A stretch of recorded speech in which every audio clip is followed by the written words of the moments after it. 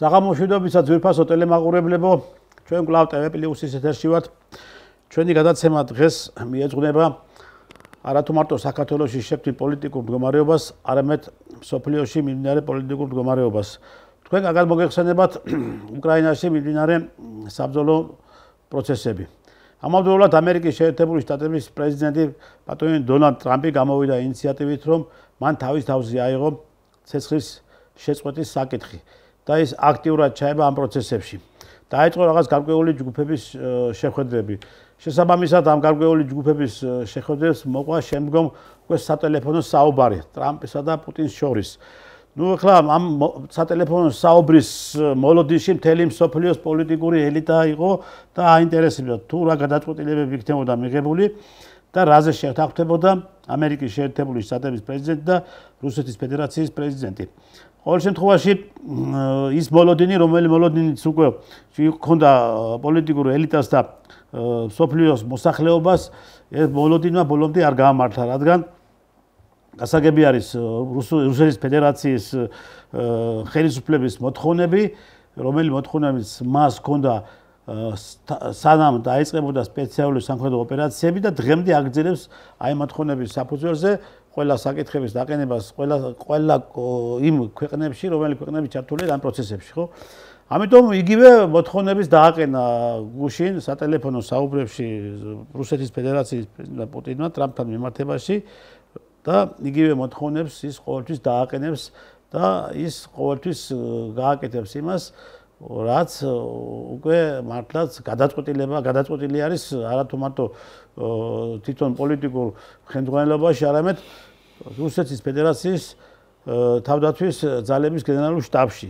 გრანდიოზული ოპერაციები, სამხედრო ოპერაციების ჩატარება და ამ გრანდიოზული სამხედრო ოპერაციების ჩატარების საფუძველზე მოიპოვოს უპირატესობა და ამ უპირატესობის საფუძველზე მან უკვე არათუ მარტო დაიწყოს ამერიკის შეერთებულ შტატებთან კარნახით საუბარი, არამედ სხვა დანარჩენ იმ ქვეყნებთან, რომელი ქვეყნები ჩაბმული იყო ამ საომარ მოქმედებებში.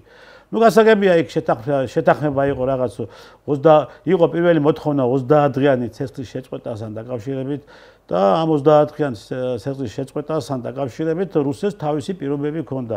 და მართ სწორიც არის, როცა ჩვენ ახლა სამხედროები ვართ და ვიცით როგორ ხდება ეს და რა ის შეიძლება მოიტანოს ამ ცეცხლის შეწყვეტამ დაუშვათ გარკვეული მანიპულირება და რაღაც გარკვეული სამხედრო ხრიკები და ამის საფუძველზე მოწინააღმდეგე მხარემ დრო მოიგოს, ხო?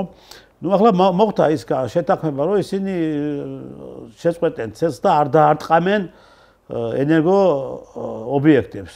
ერთადერთი ეს შეთანხმებას მიაღწიეს და რამდენად განხორციელებადი არის ეს შეთანხმება და რამდენად მოხდება ამის შესრულება, ეს უკვე ცალკე საკითხი არის. ჩვენ ასევე ვისაუბრებთ მეტად მნიშვნელოვან საკითხზე, რომელიც ეხება ლუგარის ლაბორატორიას და მისი, ესე იგი, რომლის საფრთხეებთან დაკავშირებით საქართველოსთან მიმართებაში და ამავდროულად შევეხებით საქართველოში შიჯგა პოლიტიკურ საკითხებს. ჩვენი დღევანდელი სტუმარი არის პოლკოვნიკი, ექსპერტი უსაფრთხოების საკითხებში, ბატონი კონსტანტინე ფოჩხიძე. ბატონო კოტე, მოგესალმებით. მადლობთ, რომ მობზაეთ ჩვენთან სტუდიაში. დავიწყოთ იქიდან. სატელეფონო საუბარი ტრამპსა და პუტინს შორის და შესაბამისად მხოლოდ ერთ რაღაც გარკვეულ მნიშვნელოვან საკითხზე შეთანხმება. ხო, მნიშვნელოვანი საკითხია ეკონომიური თანამშრომლობის შესახებ. და ხო, ანუ ახლა ენერგოობიექტების შესახებ იყო კიდევ ამავდროულად იქ საკითხი განხილული და რომ არც ერთი მხარე არ დაარტყავს არც ერთი ქვეყნის ენერგო ობიექტებს, ხო? მაგრამ ესე იგი ეს იმას ნიშნავს, რომ ომი კვლავ გაგრძელდება და ბრძოლა კვლავ გაგრძელდება და სამხედრო ოპერაციები კვლავ გაგრძელდება. რამდენად ახლა შესაძლებელი არის ეს შეთანხმება ძალაში შევიდეს და რამდენად შესაძლებელი არის ეს გაითვალისწინოს, მე მხედრ რომ ვიყავს უკრაინული მხარე, რომელიც ფაქტიურად უკმაყოფილო არის ამ ყველა შეთანხმებების და მას თავისი მოთხოვნები აქვს და ამ მოთხოვნებს არც ერთი მხარე ითვალისწინებს, არც მეორე მხარე. რამდენად შესაძლებელი არის აი ამ გარკვეული შეთანხმების ძალაში შესვლა და შემდგომ უკვე სხვა დანარჩენი პროცედურების გავლა ცეცხლის შეწყვეტასთან დაკავშირებით. გასაგებია, სიტუაცია ძალზედ რთულია.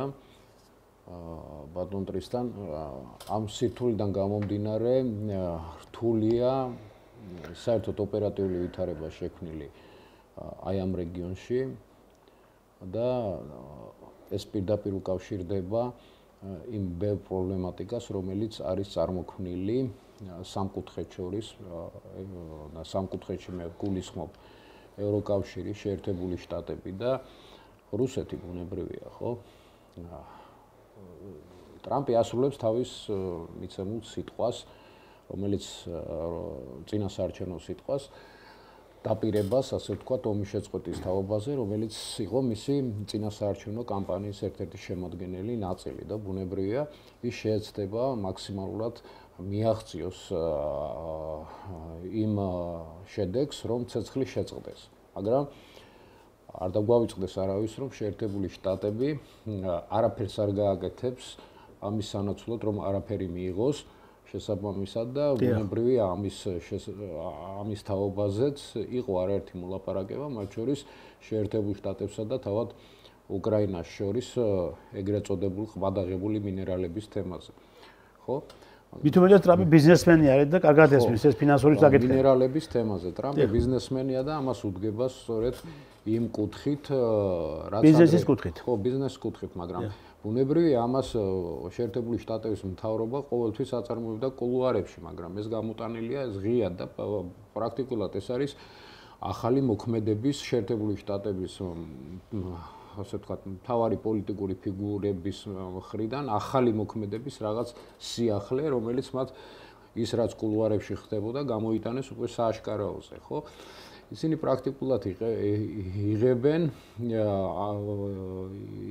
ისეთ ასე ვთქვათ, სიტუაციაში მონაწილეობას, როდესაც მაქსიმალური სარგებელი უნდა მიიღონ აი ამ კონფლიქტიდან და კონფლიქტიდან გამოვიდნენ იმ დანახარჯების ანაზღაურების რაღაც მიიღონ შესაბამისად, რომელიც მათ გამოადგენთ შემდგომში საკუთარი მოსახლეობის, საკუთარი ამომრჩევლების წინაშე თავის გასასამართლებლად, იმიტომ რომ ისინი ღებულობდნენ ამ ომში მონაწილეობას და არ დაგვავიწყდეს, რომ ყველა რევოლუცია, რომელიც უკრაინაში განხორციელდა, შეერთებული შტატების სახელმწიფო დეპარტამენტის პირდაპირ მონაწილეობით ხდებოდა.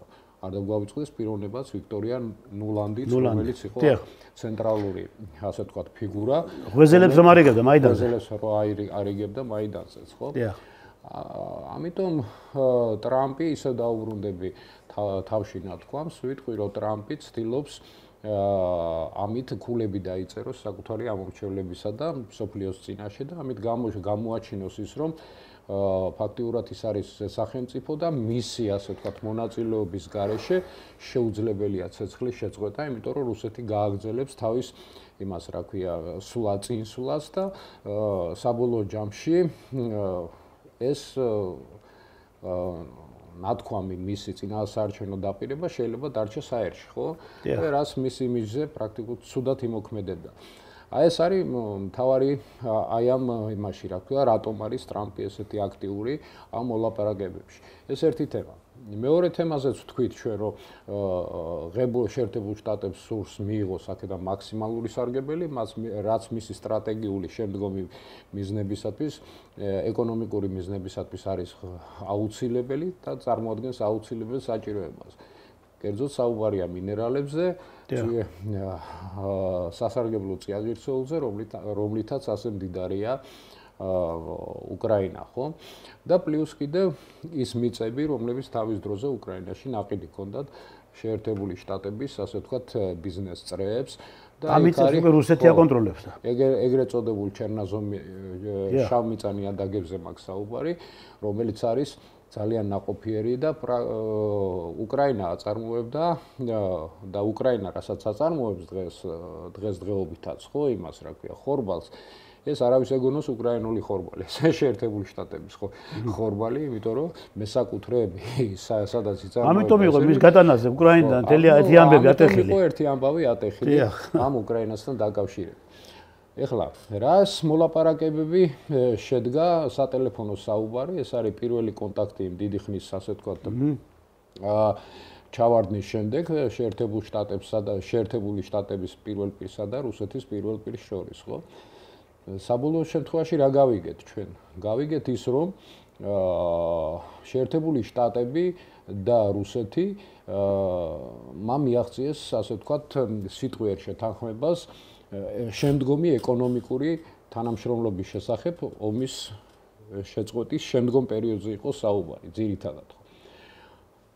როგორ მოხდება ამ ომის ცეცხლის შეწყვეტა, ამაზე პრაქტიკულად ჩვენ პასუხი ვერ მივიღებთ დღესდღეობით და ვერც მივიღებთ, იმიტომ რომ დღეს კონფლიქტი არის აქტიურ ფაზაში, რუსეთის ტერიტორიაზე არის ანკლავი უკრაინული, დღესდღეობით კურსკის ოლქში და სანამ რუსეთი თავის ტერიტორიიდან არ განდევნის ამ იმას რა ქვია ჯარებს ყოველგვარ ცეცხლის შეწყვეტაზე ხა როგორ წარმოგიდგენიათ სტატუს კვო, როდესაც რუსეთს თავის ტერიტორიაზე ექნება პატარა ანკლავი და ამაზე რუსეთი დათანხმდება? არა, მაგრამ მაგ ანკლავთან დაკავშირებით გააკეთა რუსეთის ფედერაციის პრეზიდენტმა, რომ უკვე სრულიად აკონტროლებს დაყაროს, მაგრამ ეხლა ჩვენ არ დაგვავიწყდეს მეორეც რომ ეს არის ძირითადად ისეთი სამხედრო ნაწილები, რომლებიც კურსკში დღესდღეობით უჭირავთ ის თავდაცვითი პოზიცია და არა თავდასხმითი, როგორც ეს შეუძლია წარმოადგენს ხოლმე მასობრივი საინფორმაციო საშუალებებით, იქ თითქოს ბელგოროდზე განახორციელეს რაღაცა მცირე შეტევა, ხო? ეს არაფერს არ ნიშნავს, როგორ უნდა განახორციელო შეტევა ბელგოროდზე იმ ძალებით და საშუალებებით, რა ძალებითა და საშუალებებით. შეიძლება მცირედი რაღაც ლოკალური რაღაც შეტაკებები აქტივობა იყო უკრაინული მხარიდან, მაგრამ ეს არ უნდა გაყიდო, როგორც მე საინფორმაციო საშუალებებმა ამ შემთხვევაში მხედველობაში არ უნდა გაიყიდოს როგორც ფართომასშტაბიანი შეტევა რაღაცა დივიდენდების მოსაპოვებლად უკრაინული. ისინი ასე წარმოაჩენენ მოსახლეობასთან მიმართებაში ამ საკითხებს. ამიტომ ყოველგვარი ცეცხლის შეწყვეტა მე ვფიქრობ ესე, სანამ ეს ლოკალური პრობლემა იქ ადგილზე არ იქნება მოგვარებული, შეუძლებელია. შეიძლება გაიწელოს დროში და 30 დღე ამისთვის საკმარისი ნამდვილად არ იქნება. ბატონო გოთე, თქვენ ძანეთ ალბათ ეს ქონდათ მხედველობაში იმისათვის რომ ცეცხლის შეწყვეტა სრულ შეწყვეტაზე თანხმობა არ მიუწია რუსეთის პრეზიდენტს. აი ამაზე იყო. იცით რა არის ახლა მან პირველი ნაბიჯი, რომელი პირველი ნაბიჯის უნდა გადაედგეს, ეს არის ალბათ წინასწარ უკვე რაღაც გარკვეული მზაობა ამასთან დაკავშირებით, რომ 30 დღით შეწყვეს ცეცხლი, მაგრამ რუსეთი ამბობს რას?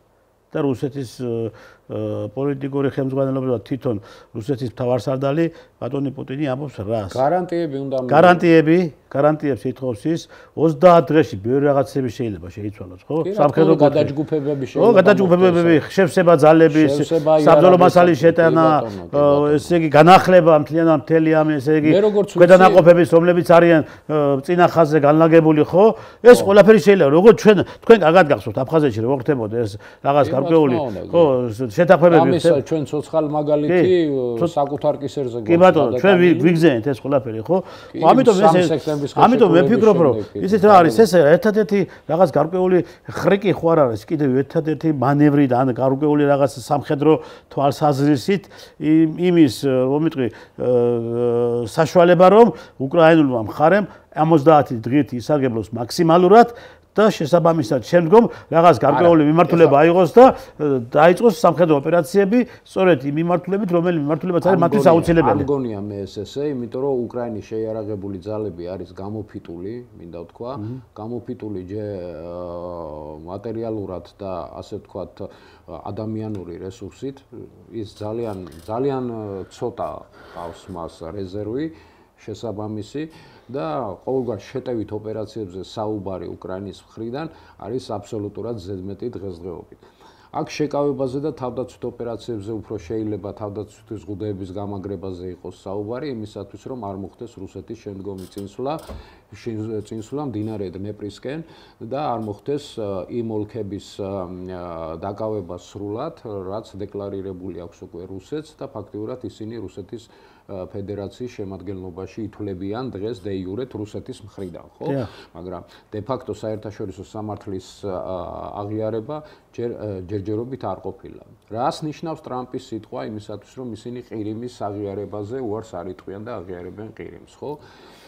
და ჩვენ აქ ერთი ძალიან სერიოზული მომენტია ეს ბატონ ტრისთან, რაც შეეხება ყირიმს, ხო?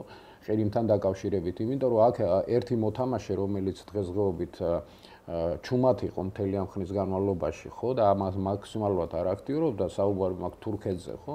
დიახ. აქტიურდა ამ ბოლო დროს ძალიან სერიოზულად და ზუსტად ეს დაკავშირებულია შესაძლო ყირიმის აღიარების თემასთან შეერთებული შტატების მხრიდან.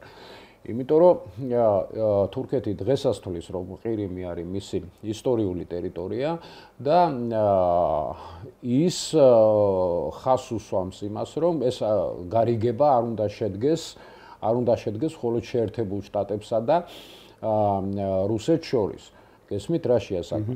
ამიტომ ისინი ცდილობენ ზუსტად უკრაინა გამოიყენონ იმისათვის, თითქოს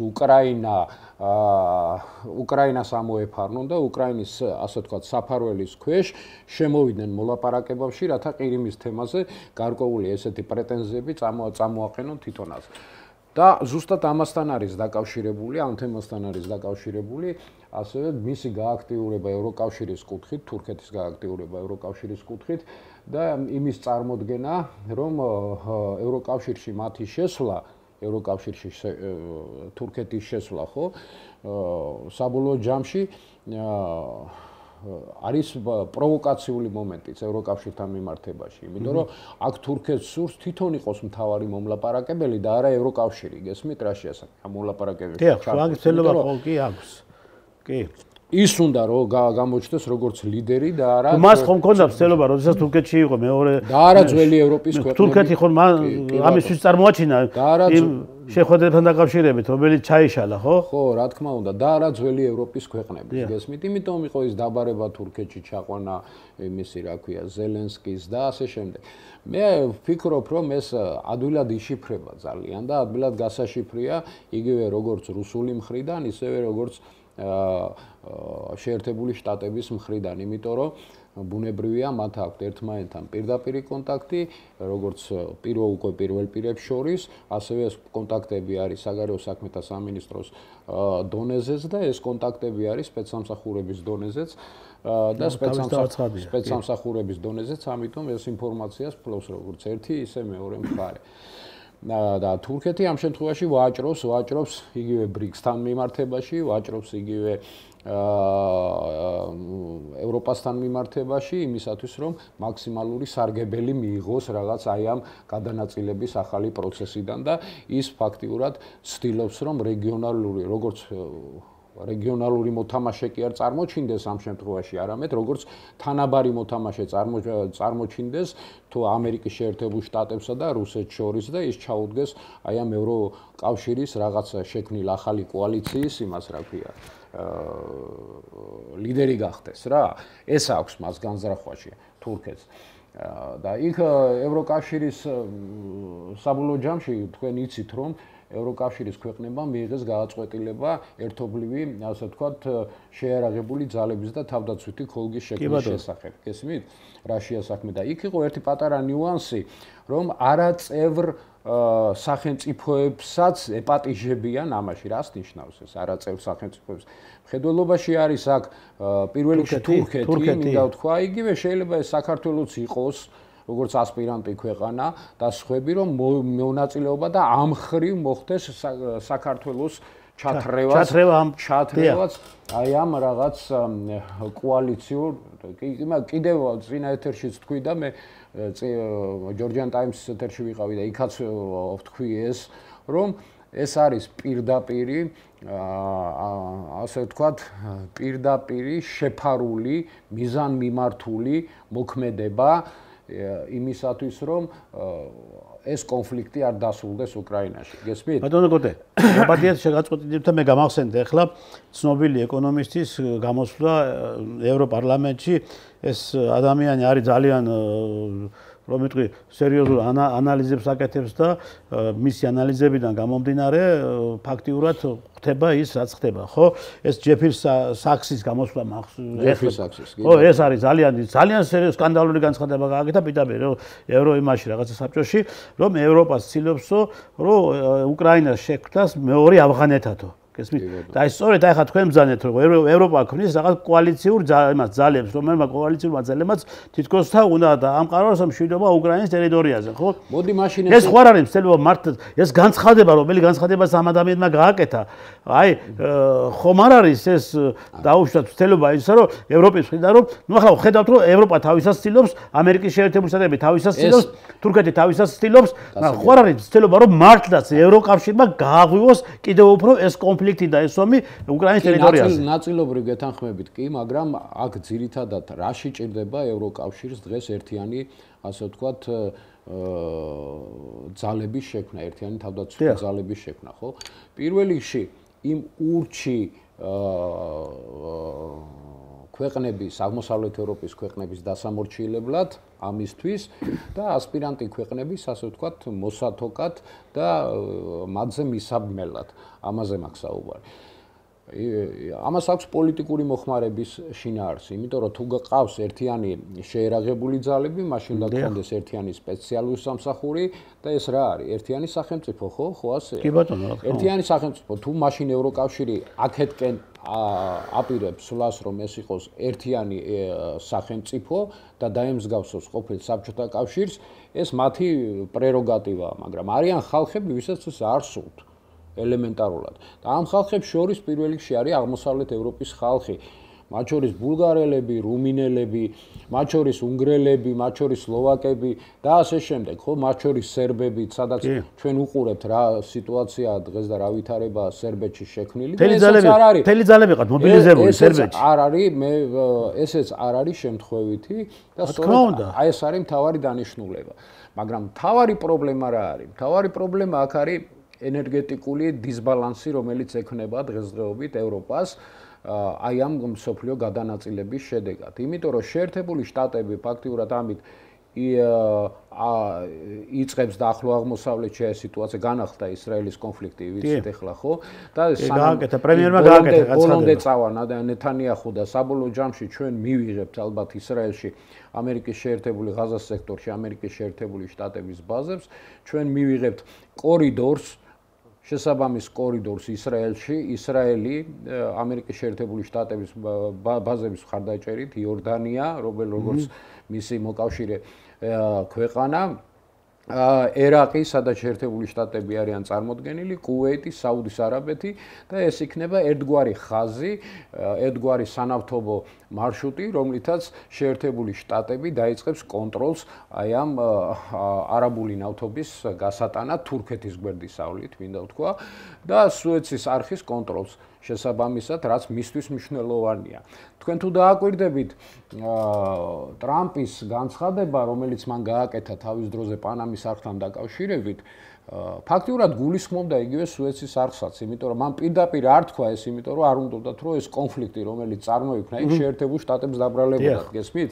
რომ შეერთებული შტატების ინტერესები ყოფილიყო ამაში გამოჩენილი, მაგრამ ეს საბოლოო ჯამში მაინც გამოჩნდა ელემენტარულად და ჩანს დღეს ხელის გულზეა ეს ყველაფერი, იმიტომ რომ ყველა ქმედება, რომელიც კი მიმართულია აქ არა მშვიდობის შენარჩუნებისაკენ, არამედ იძულებით ადგილობრივი აბორიგენი მოსახლეობის აყრისა და მათ ადგილას, ხო, რაღაც ბუფერული ზონის შექმნას, რომელსაც გააკონტროლებს შეერთებული შტატების სამხედრო ბაზები, ეს ნიშნავს პრაქტიკულად ამას. თურქეთი ამ შემთხვევაში ვეღარ ხდება ის მონაწილე ქვეყანა, ეს აუცილებლად წარმოშობს თურქეთსა და შეერთებულ შტატებში შემდგომ დაძაბულობას, მაგრამ შეერთებული შტატები დღესდღეობით თურქეთს აკონტროლებს მისი ბაზებით, რომელიც აქვს მას აღმოსავლეთ თურქეთში, ვიცით ჩვენ ეს საკმაოდ მძლავრი ბაზა აქვს მას თავისი შეერთებულ შტატებს და ბუნებრივია ის ახდენს ზეგავლენას და თურქეთის ამბიციებზე. მაგრამ თურქეთი ცდილობს საბოლოო ჯამში მიაღწიოს, რომ ის გახდეს როგორღაც შეინარჩუნოს მას თუ არ გამოუვა. მას ამბიციები აქვს თავისი. პირველ პირებს შორის აი ამ თავარი მოლაპარაკების მაგიდაზე იმ სამეულში ასე დიდი ბრიტანეთის ჩანაცვლება და ამ სამმა არ გადაწყვიტონ, გესმით, სიმბოლურია ეს ყველაფერი, გახსოვთ იალტის კონფერენცია და იალტის კონფერენციის შედეგად გადანაწილება მსოფლიო გადანაწილება, რომელიც ფაქტობრივად აი ამ თითქმის რამდენი წელი გავიდა უკვე 45 წლის შემდეგ ძალიან დიდი პერიოდი 44-45 წლის შემდეგ დიდი პერიოდი გავიდა და აი ახალი მსოფლიო გადანაწილებაში სურს მესამე ბრიტანეთის ჩანაცვლება თურქეთს იმისათვის რომ გარკვეული გავლენის სფეროები მიიღოს თვითონაც არა მარტო ახლო აღმოსავლეთში, არამედ მას დიდი აქვს ასე ვთქვათ ამბიციები იგივე შუა აზიასთან მიმართებაშიც და სხვა მიმართებაში. ნახეთ ახლა პირველი საკითხი და პირველი ესე იგი რომ მეთქვი აი ეს მთელი ეს პოლიტიკური ელიტა მობილიზებულია იმისათვის რომ როგორმე ცეცხლი შეწყდეს უკრაინის ტერიტორიაზე. გასაგებია ამერიკის შეერთებულმა შტატებმა და თვითონ ტრამპმა და მისმა ადმინისტრაციამ აიღო თავის თავზე რომ ჩვენ ამ ომს შევაჩერებთ, ხო? ეს ცალსახა არის, ეს იყო არჩევნების წინასაარჩევნო კამპანიის დროსაც და ახლაც მიმდინარეობს აი სწორედ აი ამ განცხადებების გაჟღერება, ხო? და ოფიციალურად აკეთებენ ამ განცხადებებს. რუსეთს აქვს თავისი მოთხოვნები და კიდევ ესე იგი დაუბრუნდები იმას, რომ იმან რუსეთმა, როდესაც დაიწყო სპეციალური სამხედრო ოპერაციები უკრაინის ტერიტორიაზე, დაიწყო სწორედ იმისათვის, რომ რუსეთის მოთხოვნები არ გაითვალისწინა. ის მოთხოვნები, რა მოთხოვნების დღემდე აქვს. რუსეთს ამას სხვადასხვა შეერთებული შტატების მაღალჩინოსნების თვითონ ამბობენ და თქვენი ხსენებული ჯეფრი საქსიც ამბობს კი ბატონო რა გააკეთა შეერთებულმა შტატებმა იმის საპასუხოდ რასაც ესე იგი ანუ ესე იგი კავშირის დაშლის შემდეგ ანუ რა თქმა უნდა ის იყო დათქმა იყო იქ და შეთანხმება იყო ნატო არ უნდა გაფართოებულიყო ყოფილი საბჭოთა კავშირის ქვეყნებში არც ერთ შემთხვევაში მაგრამ ყოველ შემთხვევაში ამერიკის შეერთებულმა შტატებმა ეს დათქმა და არღვია არა მასე არ იყო არ უნდა გამცდარიყო ხაზებს რა ხაზებზეც იდგა ხო? იმ წითელ ხაზებს, რა თქმა უნდა. წითელ ხაზებს. და არ იყო გერმანიის აღმოსავლეთ გერმანიაშიც გერმანიის გაერთიანების შემდეგ გერმანია დასაგებია, მაგრამ იქით აღარ უნდა გაფართოებულიყო. ხო, ანუ ეხლა დღესაც ეხლა რუსეთის პრეზიდენტი ითხოვს იმას, რომ არავითარ შემთხვევაში უკრაინა არ უნდა გახდეს ნატოს წევრი ქვეყანა. ეს ერთი, მეორე უნდა მოხდეს სრული განიარაღება და კაპიტულაცია. ამას ითხოვს ეს. და ამ საკითხს უკვე ძალიან მკაცრად აყენებს. ამავდროულად ტერიტორიები, რომელიც მან აღიარა და ამბობს, რომ ეს არის ისტორიულად რუსეთის ტერიტორიები, ამ ტერიტორიების ოფიციალურად უკვე მის საკუთრებაში ყოფნას, ხო?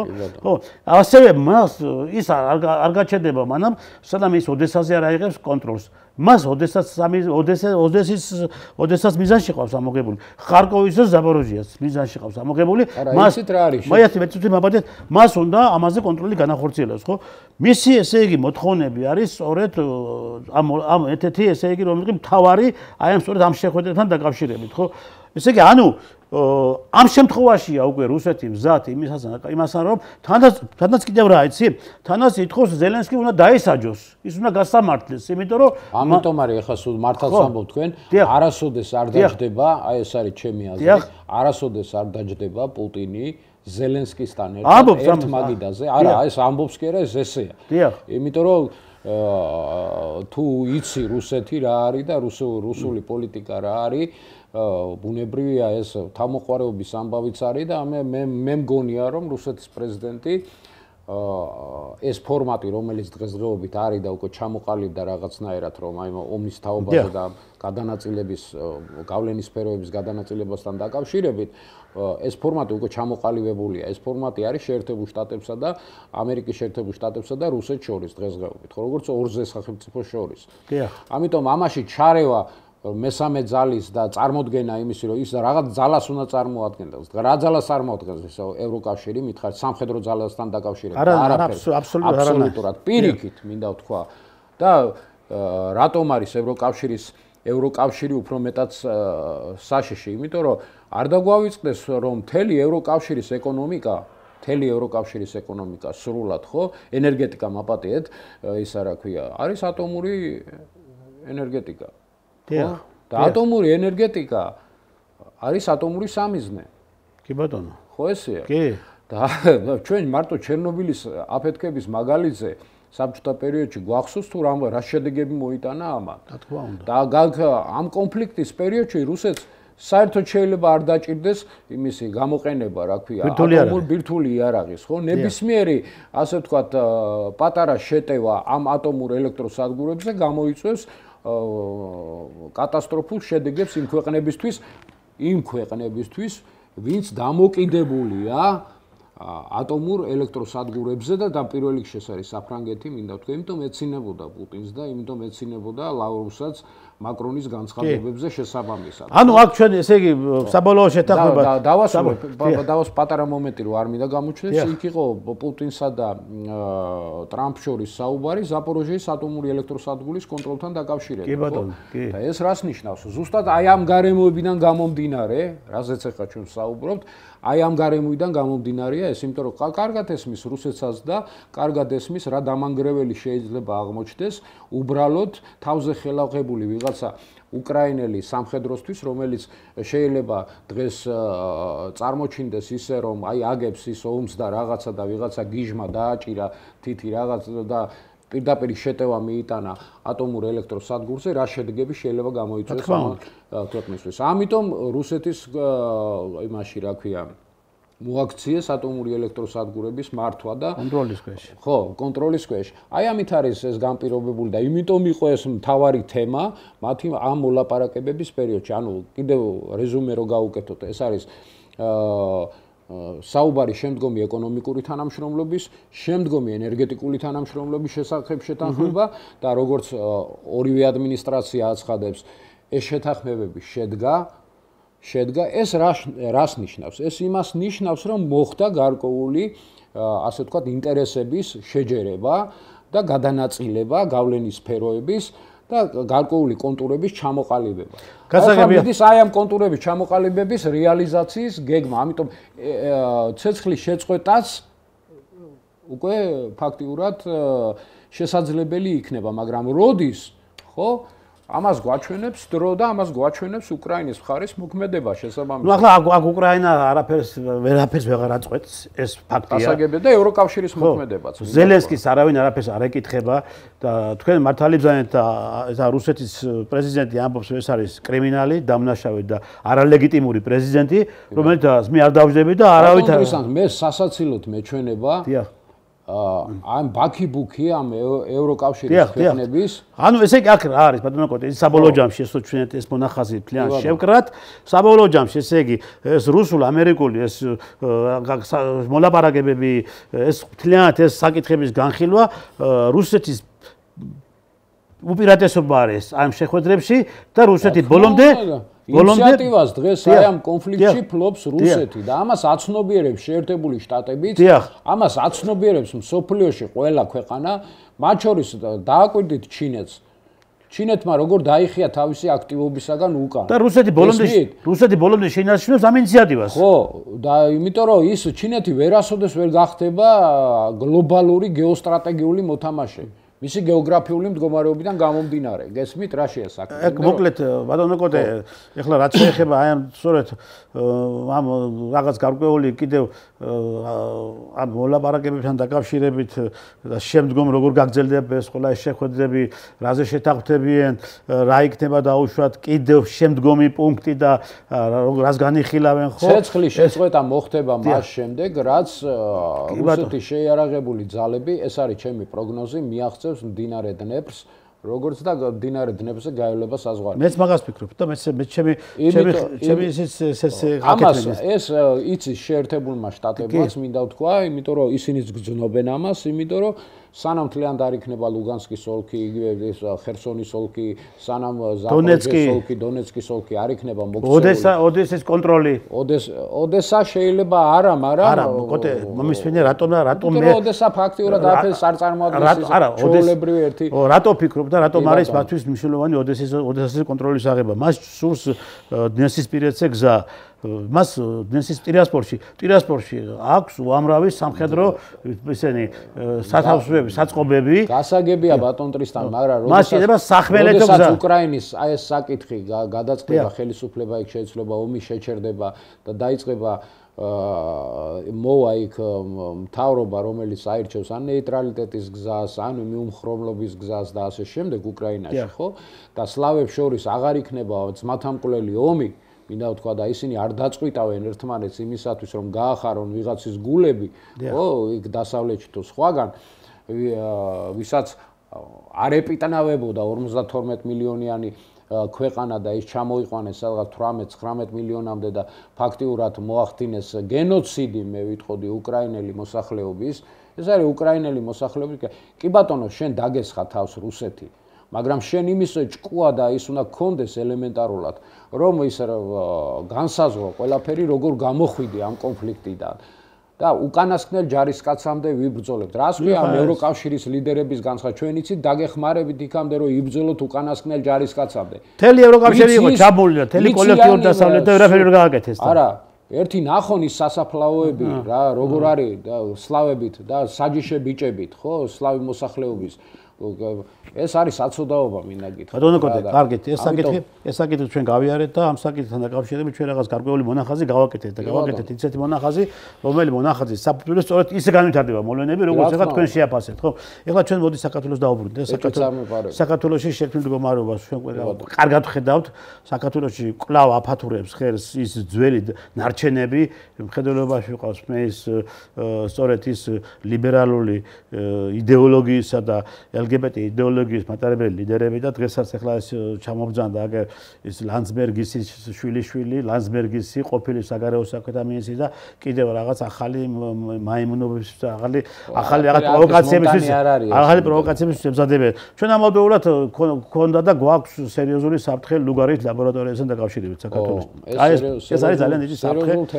აი ეს არის დიდი საფრთხე. თითქოს ახლა ლუგარის ლაბორატორია გაგაკეთა სამოქალაქო ობიექტად და იქ უკვე ამერიკული სამხედრო კონტინგენტი არ არის და ეს მოდიეთ მივიყვანო ბოლონის შეკითხვა და ამერიკული სამხედრო კონტინგენტი აღარ არის, მაგრამ იყო ყოველ შემთხვევაში იყო იქ ამერიკული სამხედრო კონტინგენტი, ხო, იყო და ისიც კი აჩვენეს, როდესაც რუსეთის ფედერაციის სამხედრო ქვედანაყოფებმა დაიკავეს ერთ-ერთი ქალაქი, დიდი ქალაქი, სადაც იქ ლუგარის ლაბორატორია იყო განთავსებული და ვერ მოასწრეს დოკუმენტაციების გატანა და ერთ-ერთ ჟურნალში იყო რეგისტრირებული უკრაინა, ხო, ერთ-ერთ ჟურნალში იყო რეგისტრირებული კონტეინერი, რომელიც კონტეინერიც იყო გადმოტანილი საქართველოში ლუგარის ლაბორატორიაში.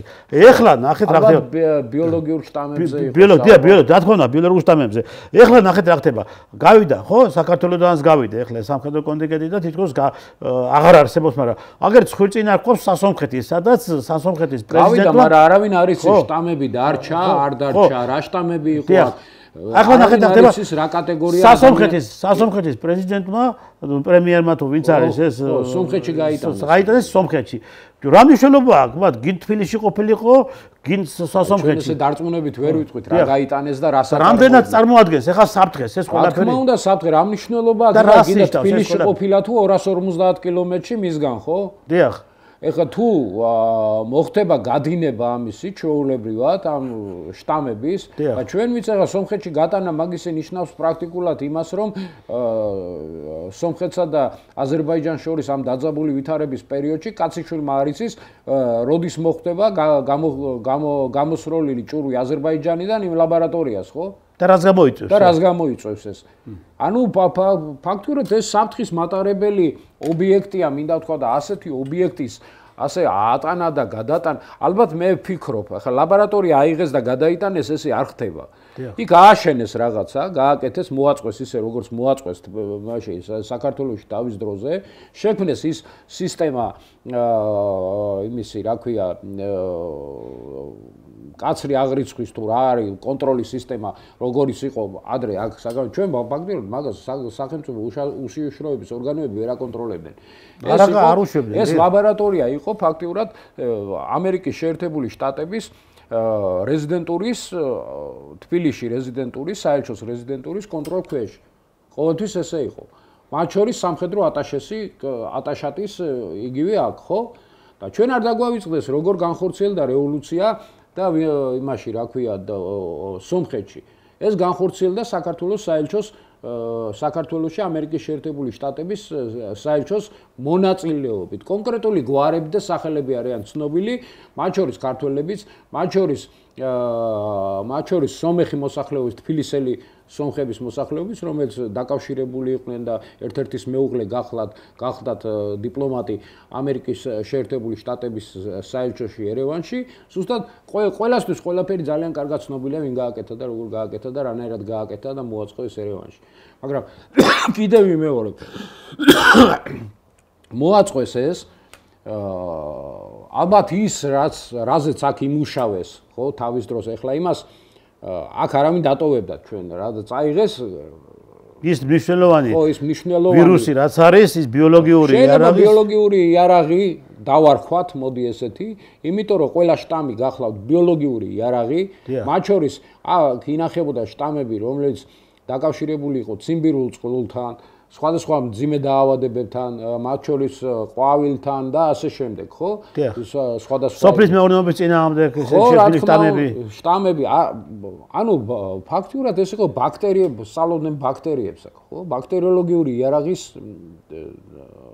ბიოლოგიური ლაბორატორია იყო მოდი რა ვთქვათ ყველაფერი ეს გადაიტანეს სასომხეთში და გადაიტანეს სასომხეთში და აქ ეს ობიექტი თბილისში რომ გახდა სამოქალაქო მე დარწმუნებული არა ვარ აქ რამე კიდე არ დარჩა გესმით და არ დატოვეს სპეციალურად მე მინდა ჩვენ მთავრობას ამ შემთხვევაში უთხრა ძალიან დიდი მადლობა იმისათვის რომ აქცევს ყურადღებას აი ამ უსერიოზულეს ობიექტს მინდა ვთქვა მაგრამ მინდა აქვე საკოდურიც უთხრა ამ მადლობასთან დაკავშირებით ის რომ გაიტანეს და აღარ არის დღეს ეს უნდა იყოს მასზე მკაცრი კონტროლი არ უნდა ყოფილიყო მოხსნილი დღემდე ეს უნდა იყოს ობიექტი რომელიც იქნება მუდმივი ოპერატიული სანამ არსებობს სანამ არ დაიხურება მუდმივი ოპერატიული ასე ვთქვათ კონტროლის ქვეშ შესაბამისი სპეციალური სამსახურების მხრიდან მათ შორის უშიშროების სამსახურების მხრიდან კონტრდაზვერვითი უზრუნველყოფა უნდა ხორციელდებოდეს მისი ანტიტერორისტული საფრთხეებისაგან დაცვა უნდა ხორციელდებოდეს ამ ობიექტის და ეს უნდა იყოს გასამხედროებული დროებით სანამ არ მოხდება მისი სრული დემონტაჟი და მისი სრული გატანა. ეხლა მოდი მეორე კუთხიდანაც შევხედოთ ამ პრობლემას. რა სარგებელი როგორ მიაწოდეს ეს საქართველოს მოსახლეობას რომ ლუგარის ლაბორატორია შეეძლო მოეტანა საქართველოს ჯანდაცვისათვის და იმისთვის, რა ქვია, დაავადებათა კონტროლის თვალსაზრისით ძალიან კარგი შედეგები, ხო? ჩვენ დავინახეთ ეს კოვიდის დროს. კოვიდი ხო იყო? კი. გახსოვთ ლაბორატორიაში რამე ისეთი მუშაობა მიმდინარეობდა, რომელიც კოვიდის წინააღმდეგ რაღაც ვაქცინის შექმნასთან დაკავშირებული ყოფილიყოს და არა. არაფერი აბსოლუტურად. რაში გვჭირდებოდა ჩვენ ასეთი სამედიცინო ლაბორატორია მშვენიერი გვაქვს აგერ ბაქტერიოფაგი. ხო? რაში გვჭირდება? ბაქტერიოფაგი ცნობილი საბჭოთა პერიოდიდან ცნობილი ლაბორატორია, რომელიც არის აქ საქართველოში, ხო? ხო შესაძლებელი ყოფილიყო თუ რაღაც ჯანმრთელობის კუთხით ისა დაავადების კონტროლისა და იმის თვალსაზრისით საჭირო იყო და საჭიროებას წარმოადგენდა ასეთი ობიექტის არსებობა. აგერ მქონდა ობიექტი და განევითარებინათ და განევცოთ. რაში ჭირდებოდა სასომხეთს? სასომხეთს რაში ჭირდებოდა ეს ნაღმი? სასომხეთმა იმტრიოს თავი რაში ჭირდებოდა და თავი იმტრიოს და ჩვენთან ჩვენ ხო, მაგრამ ჩვენ მიძახე საქართველოსთან მიმართებაში ვამბობთ, რომ სომხეთისთვისაც დიდი პრობლემა, იმიტომ ლაპარაკობ მე ამას ყველაფერს საქართველოს ზურე სომხეთმაც უნდა შეიგნოს და სომეხმა მოსახლეობამაც უნდა გაიგოს თუ რა ამოუდეს ქვეშ. ანაღმიან. იმიტომ რომ დავაკვირდეთ შეიარაღებულ ძალებს, ხო? შეიარაღებული ძალების სტრუქტურებში არის ქიმიური თავდაცვის დანაყოფები, ბაქტერიოლოგიური, ბიოლოგიური თავდაცვის, ატომური და ასეთ თავდაცვის საშუალებები და ძალები, ხო? ამიტომ თქვენ ამაცხონებ პირდაპირ გეუნებათ სიტყვა რომ ეს არის სამხედრო დანიშნულების და შეიძლება იყოს ჯანმრთელობისთვისაც სასარგებლო, ჯანდაცვის მიმართულებითაც სასარგებლო შედეგი მოგიტანოს, მაგრამ უმეტეს შემთხვევაში ეს არის ეს არის იარაღი, რომელიც როდის გაგისყდება, კაცმა არ იცის, რომელი ტერორისტის ხელში აღმოჩნდება, კაცმა არ იცის და ეს ტერორისტი სად წაიღებს ამას და რაში გამოიყენებს კიდევ, რა ტერორისტული მიზნების მისაღწევად, კაცმა არ იცის. მით უმეტეს ისეთ რეგიონში, რასაც საქართველოს ის რა ქვია კავკასიის რეგიონი წარმოადგენს, ხო? იმ აფეთქებაცაში, დიდ ახლო აღმოსავლეთში და ჩვენ ვართ დიდი კიდევ ვიმეორებ და ყოველ ეთერში ვიმეორებ იმას და კიდევ გავიმეორებ. საქართველოს კავკასია არ არის ახლო აღმოსავლეთის რეგიონიდან ცალკე რეგიონი. ის არის დიდი ახლო აღმოსავლეთის ნაწილი და ის პროცესები, რომლებიც მიმდინარეობს ახლო აღმოსავლეთში, მეტნაკლებად გავლენას ახდენს კავკასიის რეგიონზე, მათ შორის საქართველოზე, აზერბაიჯანზე და იმაზე რა ქვია, სომხეთზე. და პლუს კიდევ რუსეთზეც, რომლის სამხრეთი ნაწილის გახლავთ კავკასიის ნაწილი მინდა ვთქვა და მისი სამხრეთის რესპუბლიკები, იგივე კავკასიის შემადგენელი და დიდი ახლო აღმოსავლეთის ნაწილი გახლავთ. ამიტომ პრობლემატიკა, რომელიც დღეს ახლო აღმოსავლეთში დგას, პრობლემატიკა, რომელიც დღეს დგას უკრაინაში და საერთოდ ამ შავი ზღვის და ხმელთაშუა ზღვის რეგიონში, გახლავთ უმთავრესი პრობლემატიკა. აქ წყდება მსოფლიოს შემდგომი 100 წლიანი, ასე ვთქვათ, განვითარების ბედი და უდიდესი პასუხისმგებლობა აქვს ამ შემთხვევაში როგორც შეერთებულ შტატებს, ისევე რუსეთს, იმისათვის რომ შემდგომი მშვიდობა იყოს უზრუნველყოფილი. ეს არ იქნება მხოლოდ მშვიდობა უკრაინაში, მინდა ვთქვა, ეს არ იქნება მხოლოდ მშვიდობა ახლო აღმოსავლეთში, ეს უნდა იყოს და ალბათ დადგება კი ბატონმა პესკოვმა თქვა, რომ ის რა ქვია, ეს არ გახლავთ იალტა, მეორე იალტა, მაგრამ ეს მეორე იალტა აუცილებლად იქნება, მინდა ვთქვა, და ამაში მონაწილეობას მიიღებს უკვე არა 3, არამედ 2 საკმაოდ ძლიერი სუბიექტი. ჩვენ ვხედავთ, როგორ გაძლიერდა რუსეთი, როგორ გააძლიერა ამ ომის პერიოდში რუსეთი, როგორ გაძლიერდა რუსეთი 2008 წლის ომის შემდეგაც საქართველოში, კი ბატონო, ჩვენი გადასახედიდან უყურებთ ყველაფერს, ის ომი არ უნდა ყოფილიყო, მაგრამ ეს ომი მე ვფიქრობ თავის დროზე ალბათ სჭირდებოდა რუსეთს და ის ომი სააკაშვილის იყო ეს ყველაფერი. ალბათ ეს დიდი პოლიტიკის თემაა, დიდი გეოპოლიტიკის თემაა, მათ შორის კულუარული გეოპოლიტიკური თემა გახლავთ და ამ თემაზე საუბარი ალბათ ძალიან შორს წაგვიყვანს, მინდა ვთქვა, მაგრამ კონტურები ამისი მე ვფიქრობ უკვე ჩანს. კონტურები ჩანს ყველაფერში აბსოლუტურად. და მთავარი კონტური გახლავთ შეთანხმება ტრამპსა და რუსეთის პრეზიდენტ პუტინს შორის მომდევნო ეკონომიკური თანამშრომლობის შესახებ, რაც პირდაპირ უკავშირდება ენერგეტიკულ, ასე ვთქვათ, ენერგეტიკული მატარებლების გადანაწილების და გეოსტრატეგიული ინტერესების დაბალანსების საკითხს. ბატონო კოტე, ახლა ნახეთ სასომხეთი, მე ისევ და ისევ მაინც მინდა რომ ამ სასომხეთთან დაკავშირებით რაღაცნაირად ძალიან აი როგორ გითხრათ, იცი? არ არის ისა სიტუაცია ისეთი, რომ დაუშვათ ჩვენ არ ვიყოთ არ შემოვკლოთ განგაში ზარები და რატო? ახლა სასომხეთი მთლიანად ჩვენ გაგათვიცით, რომ ამერიკის შეერთებული შტატების მიერ სოროსის მიერ დასმული ხელისუფლება. კი, რა თქმა უნდა, ხო, სოროსის მიერ დასმული ხელისუფლება. ხო, ახლა დღეს აქ საქართველოში ამერიკის შეერთებულმა შტატებმა დაინახეს ლუგარეთ აპარატოსთან დაკავშირებით, რომ ისინი ვერ განახორციელებენ უკვე იმ მასშტაბებით იმ მუშაობას, სამუშაოებასაც ანხორციელებდნენ, ამიტომ ყველაზე მეტი საიმედო ახლა ტერიტორია და პარტნიორებად და ყველაზე მეტი ესე იგი რომ დამცავებად მიაჩნიათ სასომხეთი, ხო და გადაეტანეს სასომხეთში ეს ყველაფერი. ასე ამავდროულად ამ ლიბერალურ პოლიტიკის მატარებელი პოლიტიკურ ლიდერებს ცელობა არაერთი ცელობა ქონდათ საქართველოს ჩათრება ომში. რუსეთის წინააღმდეგ, ხო? მეორე ფრონტის გასა. არა, რა მინდა გითხრათ, შეხედე. გადაიტანეს მეორე ფრონტის გადაიყვანეს თავიანთი სამხედრო, ასე ვთქვათ, ეს თემატიკაზე მომუშავეს სამხედროები და ეს საშუალებები ვინც ამ ბიოლოგიური იარაღის შექმნაზე მუშაობენ, ხო? და ხარ ვართ იმ საფრთხეს წინაშე, რომ ჩვენ ეხლა ნახეთ რა ხდება, ეხლა გინდა არ გინდა უკვე და ასეც არის და აკეთ მიდის ყველაფერი, რომ ამერიკის შეერთებული შტატები უკვე ნელ-ნელა კარგავს თავის, ესე იგი, რაღაც გავლენებს, სიღრმისეულ გავლენებს საქართველოში, რომელიც მას გააჩნდა, ხო?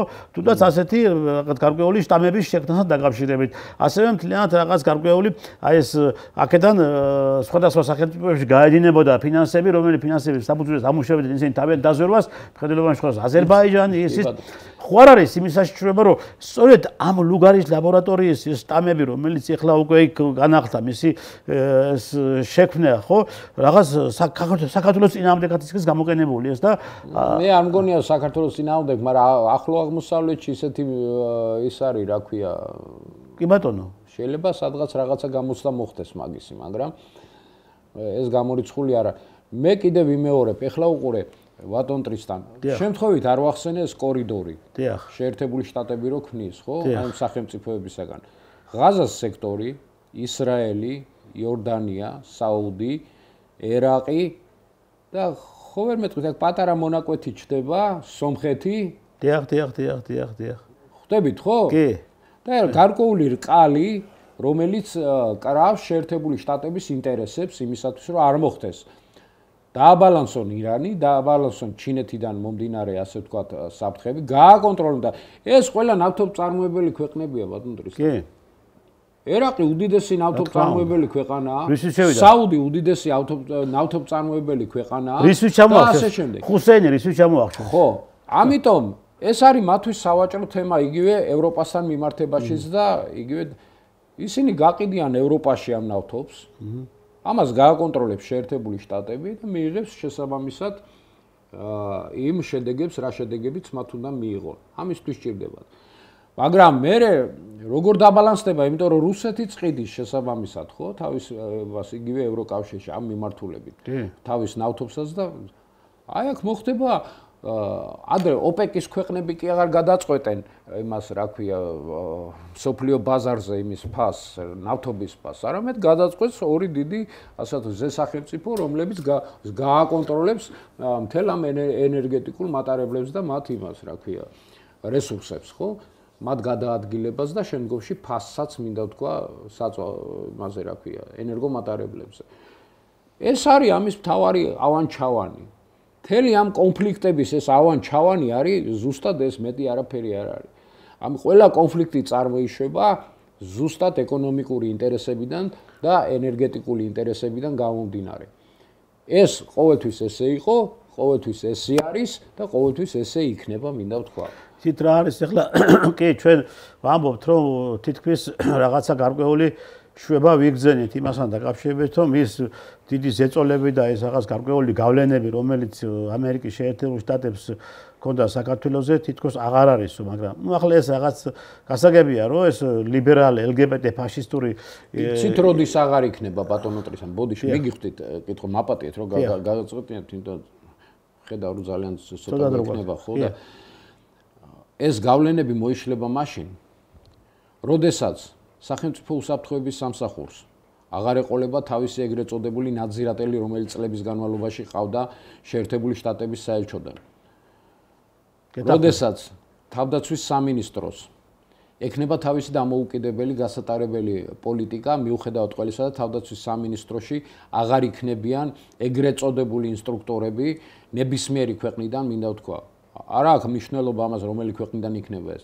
ნებისმიერი ქვეყნიდან როდესაც ჩვენი ეროვნული უსაფრთხოების კონცეფციაში აღარ დავაფიქსირებთ რომელიმე კონკრეტულ ქვეყანას და ამ შემთხვევაში ჩვენ დაფიქსირებული გვყავს რუსეთი როგორც ჩვენი პოტენციური მოწინააღმდეგე ხო და ამოვიღებთ ამას არ შეიძლება ასეთი რამის გაკეთება მე ეს თავის დროზეც მithქვამს არაერთხელ და 10 წელიწადია რომ პირველი კონცეფცია რო იქნა ეროვნული უსაფრთხოების შემოტანილი სწორედ მაშინ ვიძახოდი არც ეს ფორმულირება უნდა შეიცვალოს ეროვნული უსაფრთხოების კონცეფციაში აქ უნდა ჩაეწეროს და უნდა გაჩნდეს ესეთი ფორმულირება რომ ყველა ის ქვეყანა რომელსაც შეუძლია საქართველოს წინააღმდეგ აწარმოოს ძირგამომთხრელი საქმიანობა, ჩაითვლება საქართველოს პოტენციურ მოწინააღმდეგედ. ეს შეიძლება დღეს იყოს ისა რა ქვია შეერთებული შტატები, ხვალ შეიძლება აი ესეთი ფორმულირება უნდა არსებობდეს. არ შეიძლება რომელიმე კონკრეტულ ქვეყანას ზე შენ ის აღიქვა მუდმივ საფრთხე და მე მასთან ცადო რაღაცის დალაგება. ესმით რაშია საქმე? მართალი ბრძანდები ბატონო კოტე ჩვენ დრო ძალიან მით უმეტეს ეს მე და თქვენ კარგად ვიცით ჩვენ მოვამობდით იმაში რა ქვია აფხაზეთში და ჩვენ ვიცით ეს ჩვენ თავზე გადაგვიტანია ხო? ყველაფერი აბსოლუტურად. ყველაფერი გადაგვიტანია. ყველაფერი და იმ საბომბაც გადაგვიტანია, ის წართმევაც გადაგვიტანია იმ მიწის, იმის რა ქვია ტერიტორიის ხო? დაკარგვაც გადაგვიტანია, ბევრი სიმწარე გვინახია და ასე შემდეგ. მაგრამ ჩვენ პირველ რიგში ვარ ჩვენი ქვეყნის პატრიოტები და ჩვენი ქვეყნის ასე ჩემ ქვეყანაზე მყივამე გული. ჩვენი დრო ამოვიწურა.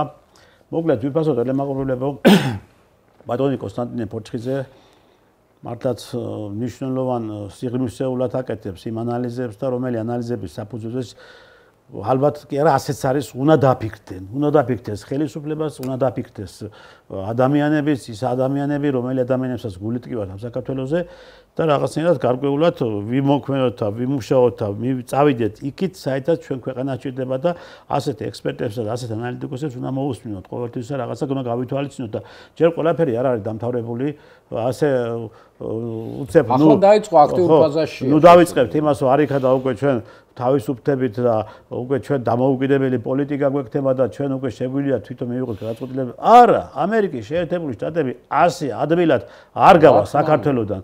გავიდა ამბობთ და აგერ სასონხეთში დაგვიდო ნაღმები უკვე. არც მიექვსი, არც ბენდე, არც შიმბეტი, არც მათ შორის ჩვენი მეზობელი ქვეყნების სპეცსამსახურები, რუსეთის სპეცსამსახურები, მათ შორის აზერბაიჯანის სპეცსამსახურები, მათ შორის სომხეთის სპეცსამსახურები ასე ადვილად არ გავლენ. ამიტომ ჩვენ დავიღოთ ფხიზლად, ბატონებო, ფხიზლად დავიღოთ. ეხლა სასომხეთში ფაქტიურად მთლიანად ეს არის სასომხეთის მთავრობა, როგორც იყო მეორე მიშა და მისი მთავრობა, ხო? იგივეა სოროსის მიერ დასმული მთავრობა არის. თუ ამერიკის შეერთებულმა შტატებმა თვითონ საქართველოს ტერიტორიაზე ვერ იმოქმედა და სიღრმისეულად ვერ დაიწყო თავისი, ესე იგი რაღაც გარკვეული ბინძური და თავისი რაღაც პროვოკაციული გეგმების განხორციელება, ის გააკეთებს უკვე სასომხეთის მხრიდან, გაიგე და სასომხეთის მხრიდან იმოქმედებს და ამიტომ არის რომ ჩვენ ძალიან ხიზად უნდა ვიყოთ, უნდა ვიყოთ მობილიზებული, უნდა ვაკონტროლებდეთ ყველაფერს. ის ლუგარის ლაბორატორია კი გავიდა აქედან რაღაც გარკვეული სამხედრო ისინი რა ქვია სპეციალისტები და გადაინაცვლეს სასომხეთში აგერ და სასომხეთში ეს შორს არ არის სასომხეთი აგერ აქროს არის. სად იქნება გამოყენებული ეს ბატონი კოტეთვის არ იყოს ეს შტამი და სად შეიტანებენ და ვის შეუტანებენ და ვის შეუწევენ. რას აწარმოებენ ჯერ ის არ ვიცით. ხო, რასაც არ ვიცით ხო? და რა უბედურებას მოგვიტანს ის და ასე რომ ამერიკის შეერთებული შტატები ასეულად კავკასიას ვერ დათმობს და არ დათმობს. ბრძოლა წინა გვაქვს და ამიტომ ბრძოლისათვის უნდა ვიყოთ მზად. მე მხედველობაში ვიყავს პოლიტიკური ბრძოლა და მხედველობაში ვიყავს იდეოლოგიური ბრძოლა. მე ეროვნული ინტერესების ბრძოლა. რა თქმა უნდა, ეს ყველაფერი ერთად უნდა უნდა იყოს შერწყმულად და ვიმოქმედოთ შერწყმულად და ერთობლივად უნდა ვიყოთ ყოველთვის მობილიზებული იმასთან დაკავშირებით, რომ საქართველოში არ მივცეთ აი ამ ლიბერალ LGBT ფაშისტურ ტერორისტულ ძალებს იმის საშუალება, რომ კვლავ დაიწყონ საქართველოში აი თავიანთი ბინძური გეგმების განხორციელება. მადლობთ რომ გიყურებთ, კარგად ბრძანდებოდეთ მომავალ შეხვედრამდე. მადლობთ, ნახვამდის.